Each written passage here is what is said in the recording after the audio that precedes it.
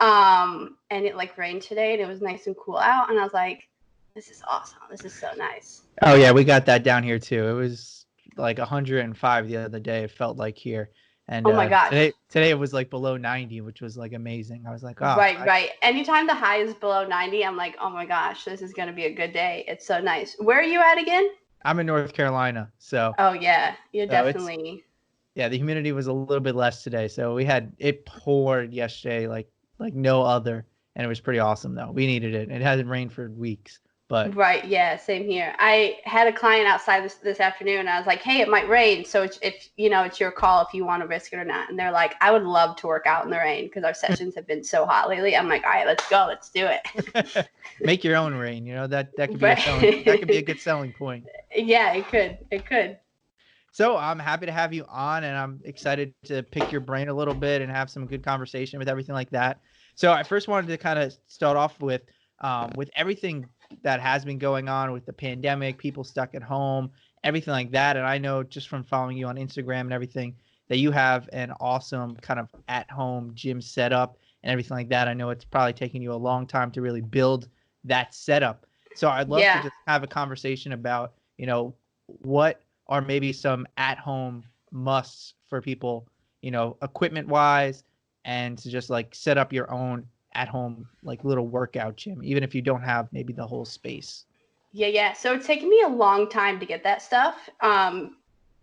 Definitely taking time and finding like normally when people are like, how should I get stuff, that doesn't cost an arm and a leg? I'm like, go on Facebook Marketplace, go on Craigslist. But of course, during the pandemic, everyone is doing that and going that route. I got some really good deals. I mean, this was last year. This is for like the world went to shit. Can I swear? Is swearing okay? Because I do swear that's quite a bit. okay. All right, cool. I got like a barbell for like $40. I got a decent squat stand for like $20. Used dumbbells go a long way. Oh, those are great but deals. I think resistance bands are totally underused and like not highlighted enough. And it's one of the few things that you can still get your hands on relatively easily. So resistance bands are awesome. When I'm doing sessions outside with my clients, it's mostly resistance bands and kettlebells. I love resistance bands so much, and you don't see a lot of people utilizing them quite enough, Yeah, I think those are huge. I think that's kind of like people automatically think about like all the gym stuff that you can get, like the barbells and things like that. But for most people, they don't have the space for that. Right. Where like most people don't have the room. You're located in a city. Some people might like I'm on the second floor of a place. I can't put a barbell in my apartment. If you want to be a good neighbor, probably not the best choice. The neighbor underneath me, she'd come up and probably kill me, if I did that. Right. So I think resistance bands is like the like number one place to start because I think they're so like versatile.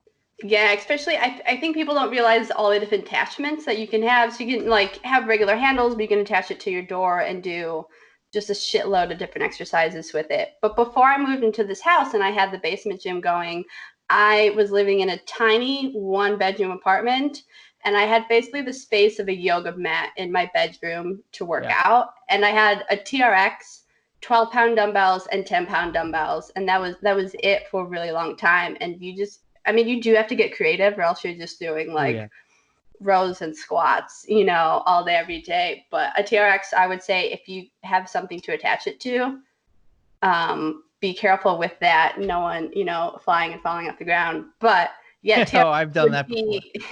Who hasn't? TRX and resistance bands, 10 out of 10. Like you'll see people be like, oh, you should get kettlebells and dumbbells. And I don't think they consider the fact that like one decent kettlebell is going to cost you a lot of money. And especially with the pandemic, not everyone has extra cash flow to spare and stuff. Like a good set of dumbbells is going to be, or kettlebell, it's going to be a few $100. Yeah. Easy. Especially one kettlebell is it's crazy. People don't think that like a kettlebell, you think it can't be more than $30. It's like, no, they're like $60 to $80, depending on how heavy. The heavier you go, the more expensive they are. Right. So. Yeah, but I think, if people are looking to build a home gym, really just know that patience, if you don't want to spend a bunch of money, and just checking like Craigslist and Facebook Marketplace every day and see if you can get lucky. I bought a punching bag, like a boxing bag, off of Facebook a couple weeks ago, like super cheap. Some people like are using this time to clean out their basements. Oh yeah. And just like getting rid of stuff, which has been awesome. And then putting it out to the world, like letting your friends know, like, hey, I'm looking for dumbbells. If anyone happens to have any, I got like, I've been really, really lucky. Yeah. I'm not your average person, but I was telling a client, oh, I got a barbell, but I don't have any plates to go on it. She's like, I just bought a house and there's a bunch in the basement. Do you want them? Yeah, want them? Yeah. Hook me up. That's so I get that's not everyone's situation, but you can do so much with resistance bands. So much. Yeah. I think that is underutilized. Like just looking at Facebook Marketplace, you know, Craigslist, you know, I found something in I remember when I was in college in the paper, you know, like the ads in the paper, someone was selling a bench. I have at my parents' house still, I have a Lou Ferrigno like whole bench set. Like it could turn into a squat rack, a bench press, everything. It's the coolest thing. It's like all iron. It's definitely like from the 80s. It's super cool. And I can't wait till I have a space in a house that I can put that. I'm like, this is going to be a centerpiece. I'm never going to get rid of this. It's like, it's so like well built. And I bought it for $100, like with a barbell. You know, I could probably need to just replace a couple things. And I mean, in a pinch though, you could resell that for a lot more these days. Yeah, exactly. I could buy a whole new thing with just selling that. So like it's kind of like you build it up over time. Like I think about all. Can you hear me?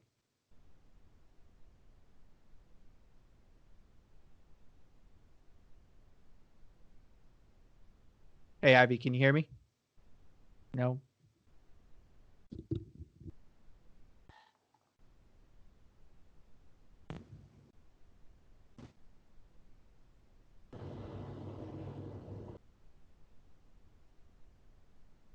How about now? Can you hear me?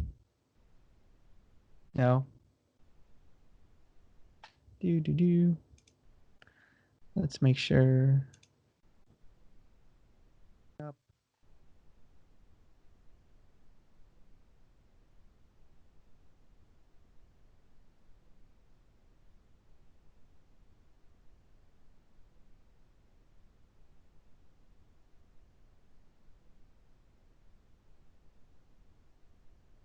Hey, can you hear me now? You can hear me? Okay. I can't hear you.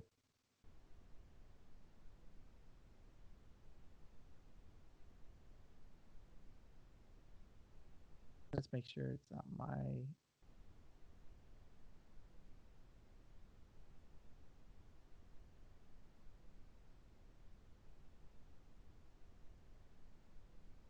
I just tested my mic and everything and my headphones, and everything should be good on my side.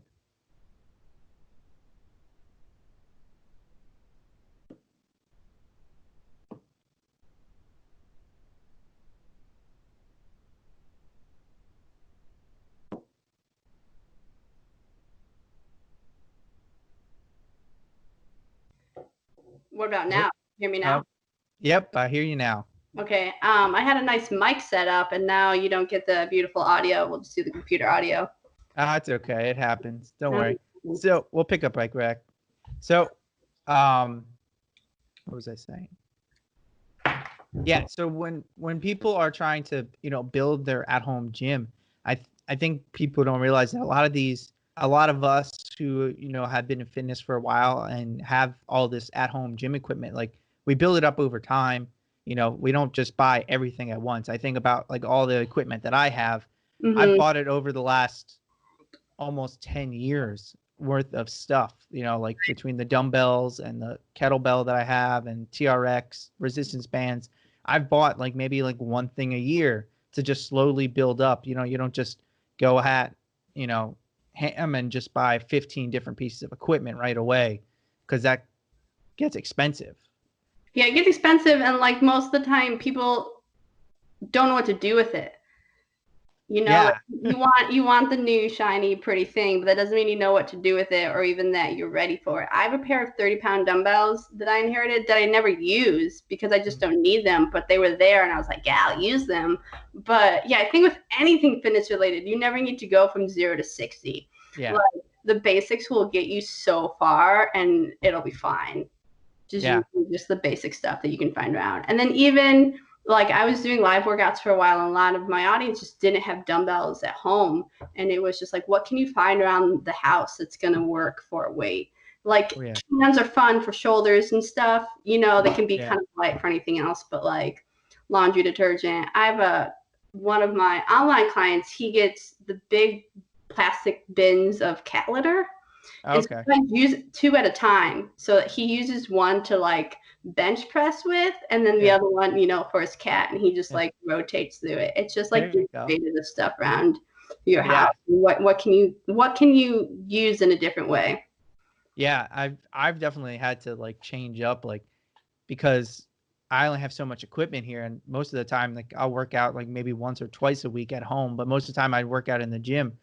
And you have to get creative with, the resistance bands and the weights that you have, and build up resistance somehow. You might not, I'm not able to go to the gym, and I don't have 185 pounds to squat while I'm home. So let's figure out a way to put enough resistance on a goblet squat with bands and my kettlebell and my dumbbells to, still build strength while Right. doing. So it kind of, at home workouts, I think you got to get a little bit of an experiment with everything Mm-hmm. between what you have and like where you want to go. Just have fun with it. I think that's what kind of at home workouts kind of do. You can be like very strategic with your planning still, but still have a little bit more fun, because you don't just have a barbell, and not everyone has a barbell and can't just do our normal squats and things like that.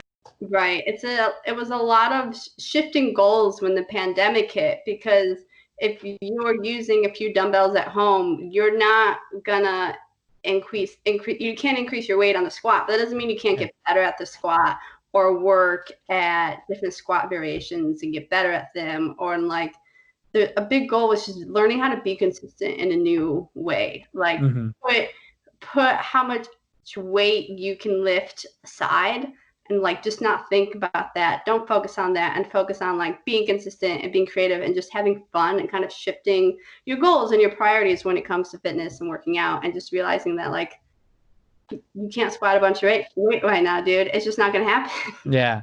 Yeah, you gotta change it up a little bit and get a little bit more creative with your workouts and what you're doing. Maybe you're slowing down your squats, or adding a resistance band here or there, and maybe adding more reps than what you normally do, because Mm-hmm. that's what you have to do to continue making progress and making it difficult Yeah, for yourself.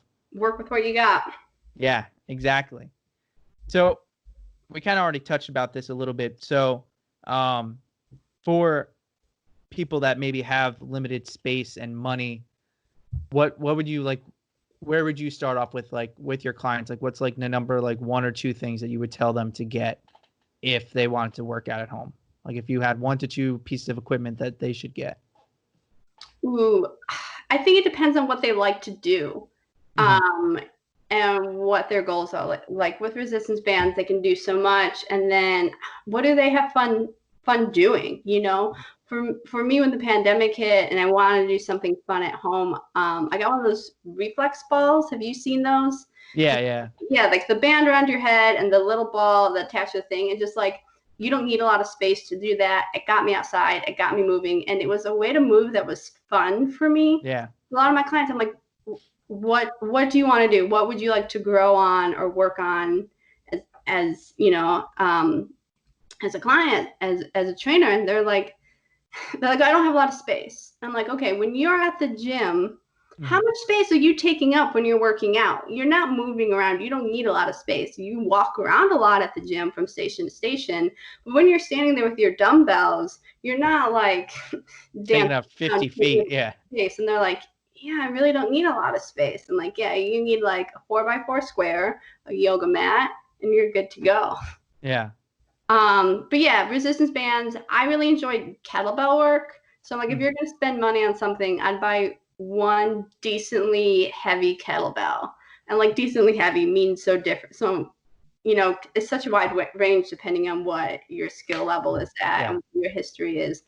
But like 20 to 30 pound kettlebell, you can just do a lot of do a fun lot. shit with kettlebells. Yeah. I mean, anything you can do with a dumbbell plus like swings and snatches and cleans and stuff. Kettlebells are just super fun to work with.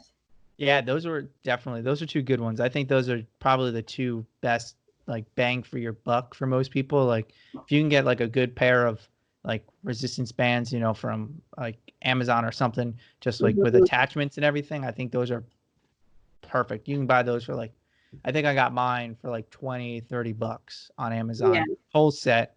They super. last and they last quite a bit of time. They very rarely break on me. And kettlebell is just you can do everything with that. That's so much fun. Yeah, If you've never definitely. used a kettlebell before, anybody, go out, try it. It's fun. Now's the time. Yeah. Experiment, have fun. So let's switch gears just a tidbit. And I kind of wanted to talk a little bit more about workout myths with you. It's Uh, yeah. So what are probably the top three, would you say, like workout myths that you get like asked questions from your clients or, from people, your followers on Instagram, random strangers at the gym or whatnot? What would you say are like your top three? We can talk about those. As someone, I train a lot of female clients, and the top question, it's always like, I don't want to get bulky. I don't want to get bulky. And I'm just like, okay. And I always ask them, I go, honestly, hand to God, do I look bulky to you? You can tell me it's not going to hurt. And they're always like, no. And I go, really? Because I'm trying to be bulky and it's not working? Yeah. And they're Yeah. like, oh, okay. I'm like, listen, I work out 3 or 4 times a week. My nutrition's pretty on point. I'm training to get bigger muscles and it's hard. And that kind of usually puts them at ease, but that's only half the battle is realizing they're not going to get bulky. The other half is like, what scares you about being bulky? What makes you not want that kind of body type? And usually, after training for a couple months and they see their muscles start to grow, they're like, oh, I like how my body looks with a little bit more muscle on it. I like how I feel. And you can they're like, the fear of getting bulky is gone. It's far away. Whereas for me, I still trying to get on that, but it's Yeah. I think it's a lot tougher. A lot of people, men and women, they think that adding muscle is easy, but it's especially hard for women. And I think it's kind of funny when you like really break it down. It's like, if like the female like physiology, like mm-hmm. and or even the physiology of how muscle is built, females are not made to build muscle nearly as efficiently as men. Yeah, Like the hormones just in a female body versus a male body are completely different. Like their female bodies are meant to break down muscle actually, while men's are made to build up. That's why it's so much harder for females. Like yeah, I even think I always like to compare like the leanest people. So like bodybuilders, like look at a male bodybuilder versus a female bodybuilder. Like they look completely different. They have mm-hmm. the same muscles. They're all the same, but the men are double the size of the women Yeah.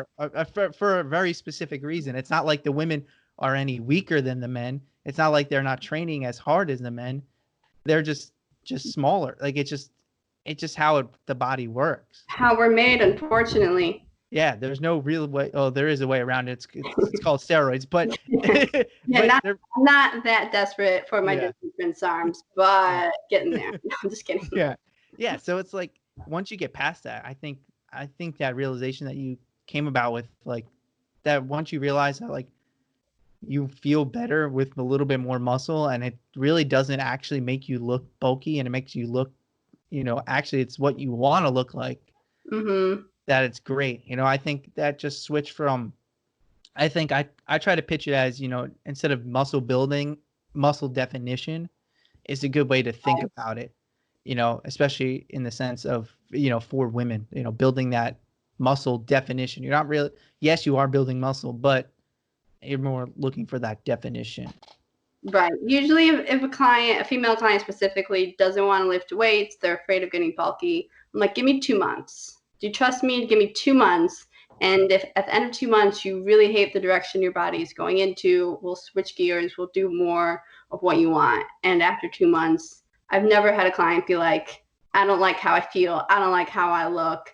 I mean, there's so much to be said about feeling stronger and applying it to their day-to-day lives. And I think one of the weirdest applicable things a client told me was like, there's this door when I enter my apartment and it's really heavy and it's really hard to open and it's no longer hard for me to open. Yeah. It's the little weird things like that when you're like, oh yeah, working out, it applies outside of the gym, it does things. It's not as important as like getting super small or getting super ripped. Yep. It's being able to do those daily activities so much better. So much carry all the grocery bags in one trip. That's right, right. You don't want to take 2 trips, especially not in this heat. You one and done. Yeah, well, once I'm inside in the air conditioning, I'm not going back out. Exactly. Right. So second biggest myth. I think that's not really myth, but just how fast they're going to see results. I think a lot of people are tied to this 90-day transformation bullshit that the industry tends to sell. And so after a couple months, they're like, why am I not ripped? I'm like, well, you saw me once a month or once a week and you didn't want to do anything on your own. We're selling this lie of just you can completely transform everything in 90 days. All you have to do is work out 6 times a week and not eat anything, and you'll lose 90 pounds of body fat. Yeah, I think to people, it's a lot of realistic expectations of what your body is and the results and the work you put into it. If you put 50% effort in, you're going to get 50% results, and that's just you have to accept that. There's nothing wrong with only putting in 50% effort. If that's what you want to give right now, do it. That's still progress, but you can't expect 100% results and only putting in 50% effort. Right. You're working out for a reason. You are putting in work. Yeah. Yeah, exactly. There's a reason it's called working out. Yeah. Yeah. So I think people need, you really need to have those expectations of where you're at, what work you're putting into, and realistic results. If you need to lose 100 pounds, how long did it take for you to be 100 pounds overweight? That probably didn't happen over 3 months. So why would you expect to lose it in 3 months? Mm-hmm. Yeah, especially now, I have more people coming to me that are like, I gained 10, 15 pounds over the past 3 or 4 months of working at home. I want to lose it. How fast can I lose it? I'm like, well, it took you 4 months to gain it. You'll probably lose it slightly faster, but you need to be realistic. And the half a pound to a pound a week, people are like, I'm only going to lose 4 pounds a month. I'm like, that's really good progress if you can lose 4 pounds a month. But yeah, weight just doesn't shed off of you like it does in these infomercials. Yeah. Yeah. And it might come off a little bit faster, depending on how much weight you have to lose. And, people underestimate that. Like if you lose 3 to 4 pounds a month, that's awesome. In a whole year, that's 36 to 48 pounds. That's amazing weight loss. I'm glad you did the math on that. Yeah. My brain is like, what is that? That's one thing I'm good with the numbers here. So that's amazing progress. I think any coach would be I'd be super proud of anybody to lose 36 to 48 pounds, even in 2 years. That's great progress. That's a significant amount of weight, and if you can keep it off long term, that's really where you're going to find that success. I think that's what a lot of us, what you're preaching here is like, yes, you could lose 10 pounds in a month, but you're going to gain 15 on the back end of that, and you're going to hate the process. You're going to be miserable for that month, and you're going to be so miserable that's why you're going to gain it back, because you're not going to want to keep with it. You're not going to be consistent with a diet that continuously has you lose 10 pounds a month, which could happen. I mean, especially the more overweight you are, the faster weight can come off initially. But the average person, 10 pounds a month is pretty significant.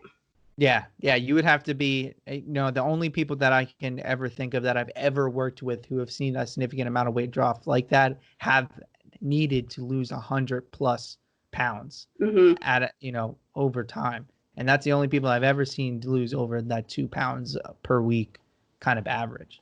Right. So it's all about setting those realistic expectations, which I think a lot of people on their own can kind of be misguided because of all the marketing that's out there that's not realistic. You know, like in 30 days, like I have a 30-day program that I give out for free, and I'd say you can lose 5 to 10 pounds. Like that is what the program can do. It Mm-hmm. could help you lose 5 to 10 pounds. That's realistic.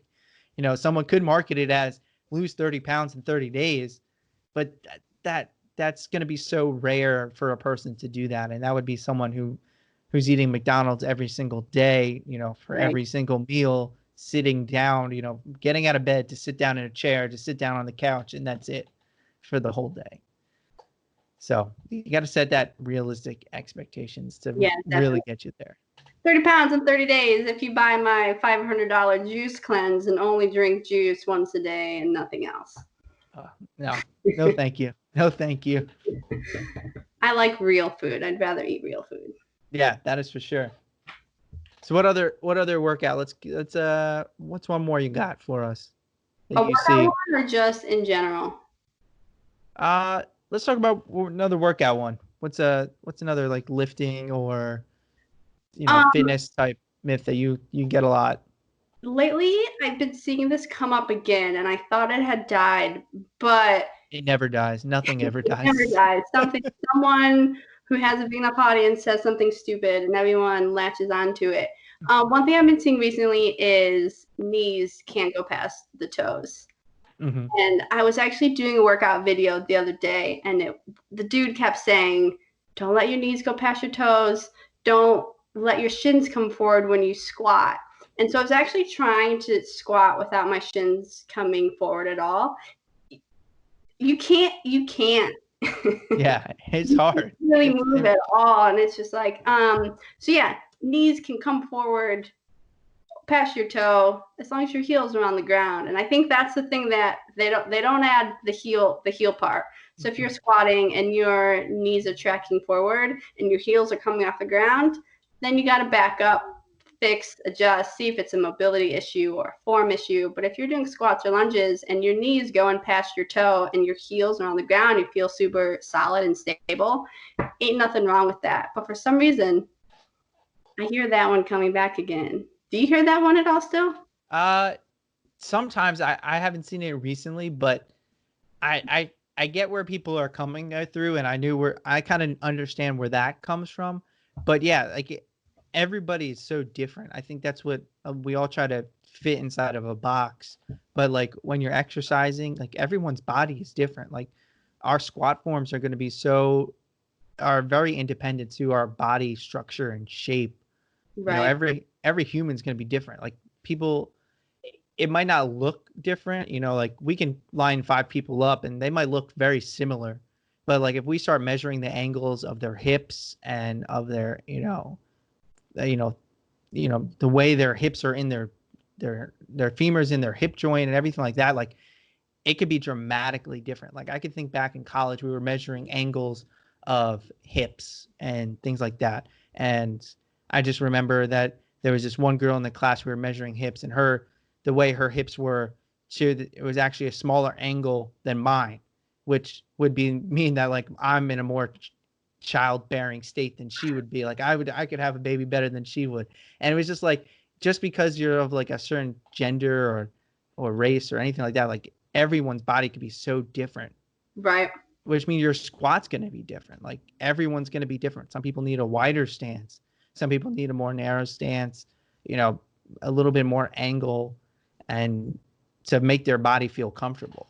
Yeah. Sometimes you'll get a client that's like, tell me exactly where my feet should be. And I'm like, no, I want you, every squat, I want your feet to be a little bit different, especially when you're starting out. Like, find that sweet spot, find what works for you. When I deadlift super narrow stance. Mm-hmm. And it just works for me. It feels really comfortable. And some people like a little bit wider, and like getting clients to realize like that's not necessarily wrong. As long as you have like your back is in line and you're not rounding your shoulders and you're driving through the heels, as long as you have like the basics like that down, like don't look at the person next to you and see how they're squatting, because they could be doing everything right, you can be doing everything right, and your squat is just going to look different. You might lean forward more, they might be more upright, their stance might be wider. Yeah, there's so many things that come into play with just the squat. Even if we take out every other exercise, there's just so many different variations because everyone's body is so different. Yeah, it's called a compound lift for a reason. Like there are multiple things going on throughout the whole thing, that the whole movement, that are going to make it so different. And I think a big thing that I was talking to Vinny about in another podcast, that we were talking about squat form specifically. And I think videoing yourself squatting, like if you don't have, like, if you're an online client or if you're just doing this on your own, video your squat form, your deadlift form, and just look at it and see how it progresses over time, because you can really see the difference in, how your squat looks compared to other people's, and maybe making some adjustments from there. Yeah, definitely. I feel like a lot of people are nervous to film themselves at the gym, that they're going to come off as this like cocky bodybuilder Yeah. douchebag or whatever. And it's like, no one is paying attention to you at the gym. Yeah. Set your phone up. I lean mine up against my water bottle or the squat rack, and I No press one's gonna even go. know. And like, even if someone does know, like, it doesn't matter what they think. And if they're a regular gym goer, they know, like, oh, they're either filming it for the gram or they're checking the form. Yeah. They don't really care. They're not going to bother you or say anything or think anything stupid. And if they do think something stupid, you're probably never going to see them again anyways. Yeah, film your squats from the front, from the side, from so many different angles, and just see how your body moves. I've definitely noticed a huge difference in mine over time, because I thought there was a specific way to squat. And I have a bad right knee, so I have to do like a slightly wider stance in order for it to feel good and not bother me and like feel super solid with a barbell on my back. But it took lots of time for me to get there and get comfortable with it.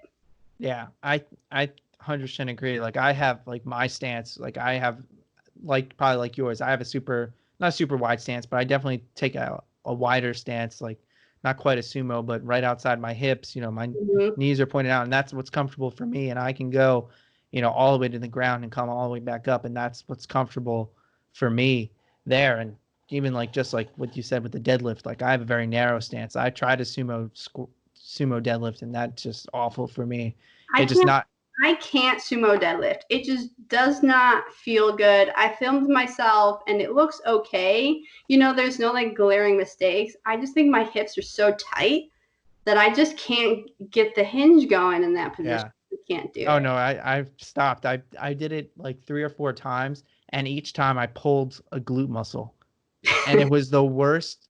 And if you've never pulled a glute muscle, it is super painful because it goes straight to your back, and I Mm-hmm. like it would cause me the worst back pain and glute pain, and it was hurt to sit, which is like the worst feeling when it hurts to sit. Yeah, you don't realize just how much your glutes are used for everything until you pull the muscle in your glute and you're just like, damn, it connects to every part of your body Yeah. somehow. Yeah, Yeah. so I think people need to, there is no like one set form, and videoing yourself and finding your comfortable, routine within reason. Like obviously there are some clear things you should be doing in your squat. Like you should be keeping your chest up. You should be, making sure your back is nice and straight. But like your Mhm. feet position, and like you said, like you shouldn't be coming out on your toes. Your heels should be on your ground. If your toes are coming, if all that weight's on your toe and your knees are just shooting out forward, like that's probably not the best thing to be doing. Probably not. Yeah. For your knee's sake and for your, your back's sake, don't do that. So, so awesome. Were there any other myths? Anything else you wanted to touch pound there? I know I said 3, but is there anything else that's coming to mind for you? Fitness wise, no. Overall, like nutrition wise, the carb myth has to die. Carbs make you fat. Carbs spike your insulin. Carbs are bad. Carbs are bad. Eat your carbs, people. They're delicious. They're good for you. People are like, but carbs aren't essential. I'm like, yeah, but neither is ice cream. Neither is Yeah. coffee. Neither is the clothes that you wear. And stuff. Yeah. Just eat your carbs.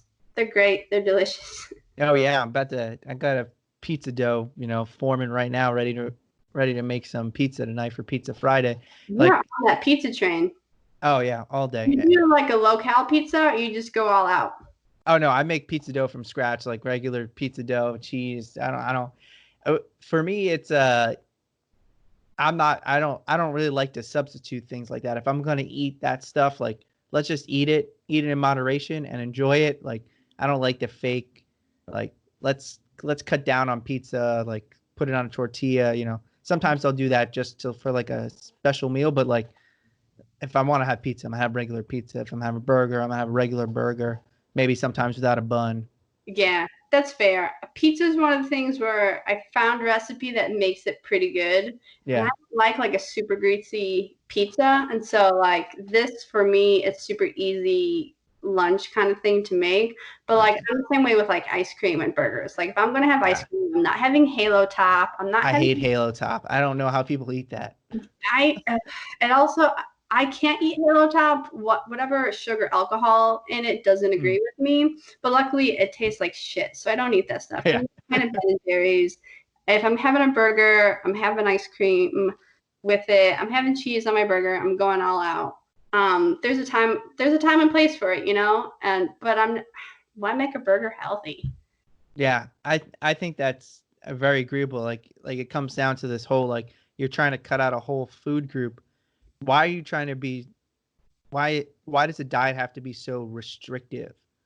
I think Right, looking at it as what foods you need to cut out versus what foods do you get to add into your diet is a complete mindset shift that like a lot of people miss out on. Like if you're always looking at what you can't eat versus what you can eat, it's going to build that scarcity type of mindset that you're missing out on something when it's like, no, right. but I get to eat all this delicious food and it makes me feel amazing.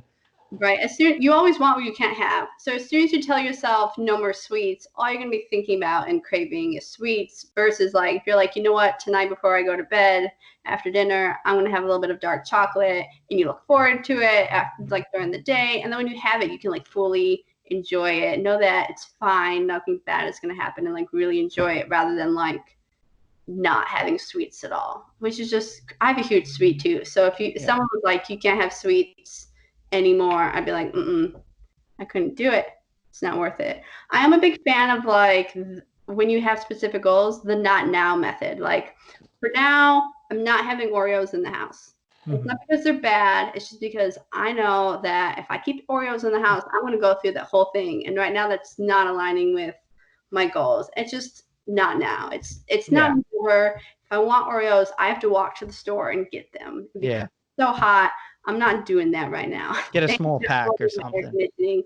But in the future, I'll let them back in the house again when having a bag of Oreos aligns with my goals a little bit more. I just know they're foods I can keep in the house, have in moderation. Oreos is not one of them. So, yeah, I think that's a great kind of thing like that. Not now. Definitely gonna be taking that because that's a great way to really think about, your nutrition goals. It's, getting rid of those trigger foods, especially like not now. Like you have to learn to live with those things or live with them maybe not in reach. Like you can have if you eat chips, like like at my house, like if there's a bag of chips in our house, like we're gonna eat it in 3 to 4 days. Like no matter how hard we try, no matter if there's 2 bags or 3 bags, like it's all gonna be gone in 4 days. Like it's like okay, you have to make those choices. It's like okay, you're just getting one. Once it's gone, it's gone. Or you just don't buy it that week, and you just next week I'll get in something. Yeah. I think you can apply that to your like any kind of fitness goal at all because when I feel like whenever you say yes to something, you probably have to say no to something else. So if you're saying yes to working on your physique, you probably have to say no to going out with your friends just Mhm. because it doesn't work with your calories. You can't go out for dinner because that night is your night at the gym or whatever it may be, and just learning that like you can't have everything you Mhm. want. You Yeah. know, you can have anything you want, but you can't have everything you want kind of mentality.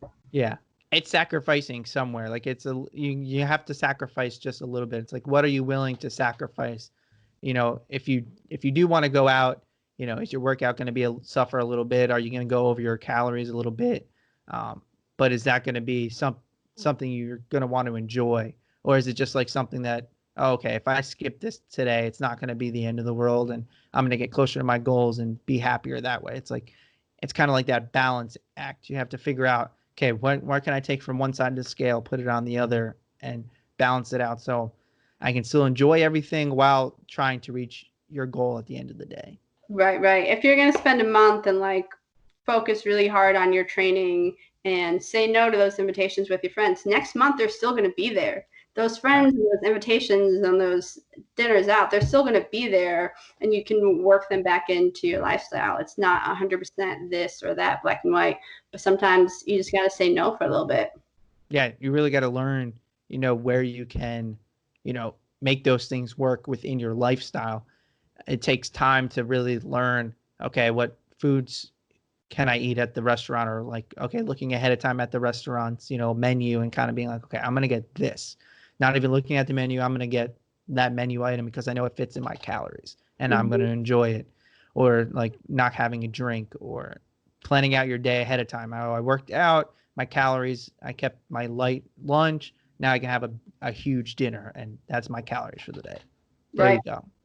It's all about that kind of learning those skills. But like, if you've never done that before, you're just going to go right into your old habits that got you to where you're going to be. Right. It takes time. It takes you have to learn how to balance your life out with your goals. Yeah, for sure. So awesome. I think those definitely kind of conquering those myths over there, I think are going to help a lot of people kind of break through that stuff. So Ivy, where can everybody find you if they want to learn more about what you do and all your awesome Instagram content and everything? Yeah, I'm most active on Instagram at the Queer Coach. I have a website that I don't post on regularly. So I'm trying to get better, and that's just ivyfilbinfitness.com. Awesome. Easy. You guys, if you want to follow Ivy, I highly suggest it. I'll put her link to her Instagram in the show notes. Click it out. Check out her page. She has some awesome content, everything like that, and she has some cute dogs that you can look at too. Those are awesome. You come first for the fitness content, but you stay for the dog content. Really, Yeah. what happens. Yeah. I think that's almost everyone's Instagram. It's a dog or a baby. There you go. You sign me up. For dogs, but definitely, yeah. Yeah. Awesome. Ivy, this was a great conversation. I had a great time with you. I hope you enjoy the rest of your evening. Thanks for having me on. Have a good weekend, man. It was You too. It was awesome. Have a good day. You too. Thanks, man.